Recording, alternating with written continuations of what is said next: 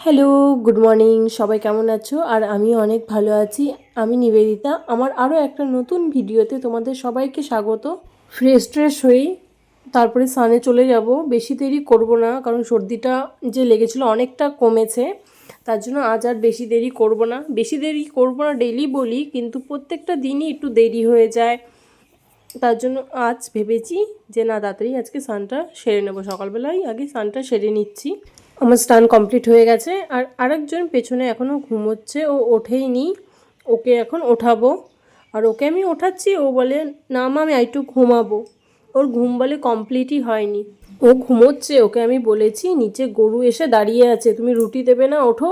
ও ফটাফট উঠে গেছে। ওকে সব সময় যদি বলা হয় নিচে কুকুর বা গরু দাঁড়িয়ে আছে, কিছু খাবার দিতে হবে, ওঠো, ও উঠে পড়ে।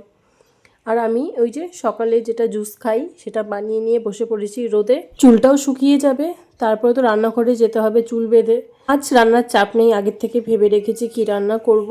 তো আজ রান্না করেছিলাম ভেজ ডাল করেছিলাম, আর শীষ পালংয়ের চচ্চড়ি করেছিলাম। আমার এই শীষ পালংটা খুব ভালো লাগে, সর্ষে বাটা দিয়ে একটু করলে পরে খুব ভালো লাগে, তাই ওটাই করে নিয়েছিলাম। শুধু যে আমি ভালোবাসি তাই না, সবাই ভালোবাসে আমার বাড়িতে, তার জন্য ওটা করেছিলাম।